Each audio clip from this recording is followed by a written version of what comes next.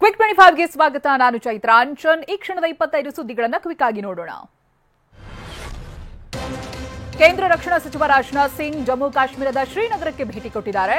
ರಕ್ಷಣಾ ಸಚಿವ ರಾಜನಾಥ್ಗೆ ಭೂಸೇನಾ ಮುಖ್ಯಸ್ಥ ಸಾಥ್ ಕೊಟ್ಟಿದ್ದಾರೆ. ಹೆಮ್ಮೆಯ ಯೋಧರ ಜೊತೆಗೆ ರಾಜನಾಥ್ ಸಿಂಗ್ ಸಂವಾದ ನಡೆಸಿದರು. ಕೇಂದ್ರ ರಕ್ಷಣಾ ಸಚಿವ ರಾಜನಾಥ್ ಸಿಂಗ್ ಸೈನಿಕರ ಪರಾಕ್ರಮ ಉದ್ದೇಶಿಸಿ ಮಾತನಾಡಿದ್ದಾರೆ. ಉಗ್ರರು ಧರ್ಮ ಕೇಳಿ ಅಮಾಯಕರನ್ನ ಕೊಂದಿದ್ರು. ಧರ್ಮ ಕೇಳಿ ಹತ್ಯೆಗೈದವರಿಗೆ ಪಾಠ ಕಲಿಸಿದ್ದೇವೆ. ಉಗ್ರರ ಕರ್ಮ ನೋಡಿ ಹೊಡೆದಿದ್ದೇವೆ ಅಂತ ಹೇಳಿದ್ದಾರೆ. ಭಾರತದ ತಂಟೆಗೆ ಬಂದರೆ ಶಿಕ್ಷೆ ಘೋರವಾಗಿರುತ್ತೆ ಅಂತ ಕೇಂದ್ರ ರಕ್ಷಣಾ ಸಚಿವ ರಾಜನಾಥ್ ಸಿಂಗ್ ಹೇಳಿದ್ದಾರೆ. ಶ್ರೀನಗರದಲ್ಲಿ ಮಾತನಾಡಿದ ರಾಜನಾಥ್, ನ್ಯೂಕ್ಲಿಯರ್ ಬ್ಲಾಕ್ ಮೇಲ್ಗೆ ಭಾರತ ಹೆದರೋದಿಲ್ಲ. ಭಾರತ ನೀಡಿರೋ ಪೆಟ್ಟನ್ನ ಪಾಕ್ ಮರೆಯೋದಿಲ್ಲ ಅಂತ ಹೇಳಿದ್ದಾರೆ.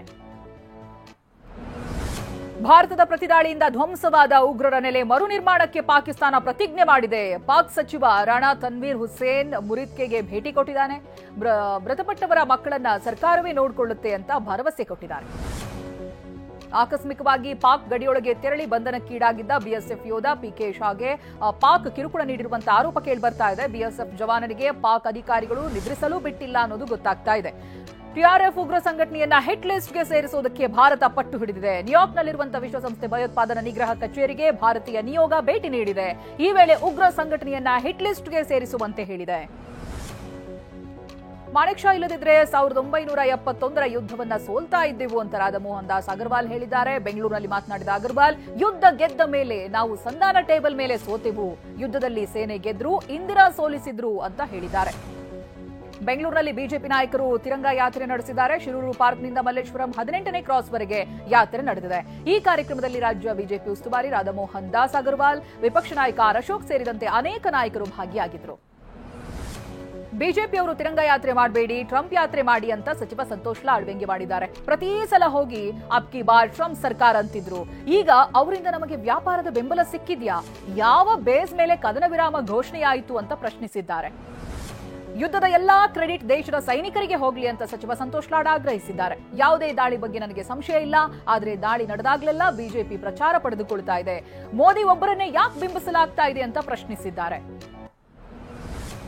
ಕರ್ನಲ್ ಸೋಫಿಯಾ ಕುರೇಶಿ ಅವರನ್ನ ಉಗ್ರರ ಸಹೋದರಿ ಎಂದಿದ್ದ ಮಧ್ಯಪ್ರದೇಶದ ಸಚಿವ ವಿಜಯ್ ಶಾಗೆ ಸುಪ್ರೀಂ ಕೋರ್ಟ್ ಛೀಮಾರಿ ಹಾಕಿದೆ. ಹೈಕೋರ್ಟ್ಗೆ ಕ್ಷಮೆ ಕೇಳುವಂತೆ ಆದೇಶ ಹೊರಡಿಸಿದೆ. ಎಫ್ಐಆರ್ಗೆ ತಡೆಯಾಜ್ಞೆ ನೀಡುವಂತೆ ವಿಜಯ್ ಶಾ ಸುಪ್ರೀಂ ಮೊರೆ ಹೋಗಿದ್ರು. ಕರ್ನಲ್ ಸೋಫಿಯಾ ಕುರೇಶಿ ಕುರಿತು ಸುಳ್ಳು ಸುದ್ದಿ ಪೋಸ್ಟ್ ವಿಚಾರಕ್ಕೆ ಗೃಹ ಸಚಿವ ಪರಮೇಶ್ವರ್ ಪ್ರತಿಕ್ರಿಯೆ ಕೊಟ್ಟಿದ್ದಾರೆ. ಕುರೇಶಿ ಬೆಳಗಾವಿಯ ಸೊಸೆ, ಅವರ ಪತಿ ಬೆಳಗಾವಿಯ ಜಿಲ್ಲೆಯವರು. ಪೊಲೀಸರು ಎಫ್ಐಆರ್ ದಾಖಲಿಸುತ್ತಾರೆ. ಇದು ಅವರಿಗಷ್ಟೇ ಮಾಡಿದ ಅವಮಾನ ಅಲ್ಲ, ದೇಶಕ್ಕೆ ಮಾಡಿರುವಂತಹ ಅಪಮಾನ ಅಂತ ಹೇಳಿದ್ದಾರೆ. ಡಿಕೆ ಶಿವಕುಮಾರ್ ಅವರ ಗ್ರೇಟರ್ ಬೆಂಗಳೂರು ಪರಿಕಲ್ಪನೆ ಯಶಸ್ವಿಯಾಗಲಿದೆ ಅಂತ ಗೃಹ ಸಚಿವ ಪರಮೇಶ್ವರ್ ಹೇಳಿದ್ದಾರೆ. ಬೆಂಗಳೂರಿನಲ್ಲಿ ಮಾತನಾಡಿದವರು, ಈ ಪರಿಕಲ್ಪನೆ ಯಾವ ರೀತಿ ಕೆಲಸ ಮಾಡುತ್ತೆ ನೋಡೋಣ, ಸ್ವಲ್ಪ ದಿನದಲ್ಲಿ ಫಲಿತಾಂಶ ಗೊತ್ತಾಗುತ್ತೆ ಅಂತ ಹೇಳಿದ್ದಾರೆ. ಮೇ 20ರಂದು ಕಂದಾಯ ಇಲಾಖೆ ಸಚಿವ ಕೃಷ್ಣ ಬೈರೇಗೌಡ 50,000 ಜನರಿಗೆ ಹಕ್ಕುಪತ್ರ ಕೊಡಲಿದ್ದಾರೆ. ಈ ಬಗ್ಗೆ ಗೃಹ ಸಚಿವ ಪರಮೇಶ್ವರ್ ಮಾಹಿತಿ ಹಂಚಿಕೊಂಡಿದ್ದಾರೆ. ಮೇ 20ಕ್ಕೆ ಬಹಳ ದೊಡ್ಡ ಕಾರ್ಯಕ್ರಮ ಮಾಡ್ತಾ ಇದ್ದೀವಿ, ಕಾರ್ಯಕ್ರಮಕ್ಕೆ ರಾಹುಲ್ ಗಾಂಧಿ ಬರ್ತಾರೆ ಅಂತ ಹೇಳಿದ್ದಾರೆ.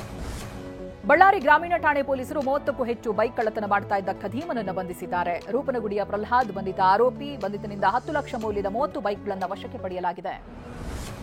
ನಕ್ಸಲ್ ನಾಯಕ ಬಿಜಿ ಕೃಷ್ಣಮೂರ್ತಿಯನ್ನ ಇವತ್ತು ಶಿವಮೊಗ್ಗ ಕೋರ್ಟ್ಗೆ ಹಾಜರುಪಡಿಸಲಾಯಿತು. ಕೃಷ್ಣಮೂರ್ತಿ ಕೇರಳ ಪೊಲೀಸರಿಂದ ಬಂಧಿತನಾಗಿ ಜೈಲುವಾಸ ಅನುಭವಿಸ್ತಾ ಇದ್ದಾನೆ. ಆಗುಂಬೆ ಠಾಣೆಯಲ್ಲಿ ದಾಖಲಾಗಿರುವಂತಹ 3 ಪ್ರಕರಣಗಳ ಸಂಬಂಧ ಕೇರಳದಿಂದ ಕರೆತರಲಾಗಿದೆ. ಕಳೆದ ರಾತ್ರಿ ಬೀದರ್ನಲ್ಲಿ ಸುರಿದ ಮಳೆಯಿಂದಾಗಿ ಜಿಲ್ಲಾ ಕ್ರೀಡಾಂಗಣದಲ್ಲಿ ನೀರು ನಿಂತಿದೆ. ಲಕ್ಷಾಂತರ ರೂಪಾಯಿ ವೆಚ್ಚ ಮಾಡಿ ಜಿಲ್ಲಾ ಕ್ರೀಡಾಂಗಣ ಅಭಿವೃದ್ಧಿ ಮಾಡಲಾಗಿತ್ತು. ಹೀಗಿದ್ರೂ ಕ್ರೀಡಾಂಗಣದಲ್ಲಿ ಮಳೆ ನೀರು ನಿಲ್ತಾ ಇದೆ. ಗುತ್ತಿಗೆದಾರರು, ಕ್ರೀಡಾ ಇಲಾಖೆ ಅಧಿಕಾರಿಗಳ ವಿರುದ್ಧ ಕ್ರೀಡಾಪಟುಗಳು ಆಕ್ರೋಶ ಹೊರಹಾಕಿದ್ದಾರೆ. ಬೆಳಗಾವಿಯ ರಾಯಭಾಗದಲ್ಲಿ ಸುರಿದ ಮಳೆ ಅವಾಂತರ ಸೃಷ್ಟಿಸಿದೆ. ನಿಡಗುಂದಿ ಗ್ರಾಮದಲ್ಲಿ ಮಳೆ ಗಾಳಿಗೆ ಮನೆಯ ಮೇಲ್ಛಾವಣಿ ಹಾರಿ ಹೋಗಿದೆ. ಇದರಿಂದ ರಾತ್ರಿ ಬಾಣಂತಿ ಸಮೇತ ಕುಟುಂಬಸ್ಥರು ಪರದಾಡುವಂತಾಯಿತು. ಮೇಲ್ಛಾವಣಿ ಹಾರಿ ಹೋದ್ರೂ ಅದೇ ಮನೆಯಲ್ಲಿ ಕುಟುಂಬ ವಾಸ ಮಾಡ್ತಾ ಇದೆ. ಬೆಂಗಳೂರಿನಲ್ಲಿ ವಿದ್ಯುತ್ ಸಂಪರ್ಕ, ನೀರಿನ ಸಂಪರ್ಕಕ್ಕೆ ಒಸಿ ಸರ್ಟಿಫಿಕೇಟ್ ಕಡ್ಡಾಯಗೊಳಿಸಲಾಗಿದೆ. ಗ್ರೇಟರ್ ಬೆಂಗಳೂರು ಪ್ರಾಧಿಕಾರದಿಂದ ಸ್ವಾಧೀನಾನುಭವ ಪತ್ರವನ್ನ ಪಡೆಯಬೇಕು. ಬಿಬಿಎಂಪಿ ಆಯುಕ್ತ ಮಹೇಶ್ವರ್ ರಾವ್ ಈ ಆದೇಶವನ್ನ ಹೊರಡಿಸಿದ್ದಾರೆ. ಉತ್ತರ ಪ್ರದೇಶದ ಲಕ್ನೋನಲ್ಲಿ ಭೀಕರ ದುರಂತ ಸಂಭವಿಸಿದೆ. ಬಸ್ಗೆ ಬೆಂಕಿ ಹೊತ್ಕೊಂಡು 2 ಮಕ್ಕಳು ಸೇರಿದಂತೆ 5 ಸಜೀವ ದಹನವಾಗಿದ್ದಾರೆ. ಮೋಹನ್ ಲಾಲ್ ಗಂಜ್ ಪ್ರದೇಶದಲ್ಲಿ ಡಬಲ್ ಡೆಕ್ಕರ್ ಬಸ್ಗೆ ಬೆಂಕಿ ಹೊತ್ಕೊಂಡಿದೆ. ನಿದ್ರಾವಸ್ಥೆಯಲ್ಲಿದ್ದ 5 ಉಸಿರು ಚೆಲ್ಲಿದ್ದಾರೆ.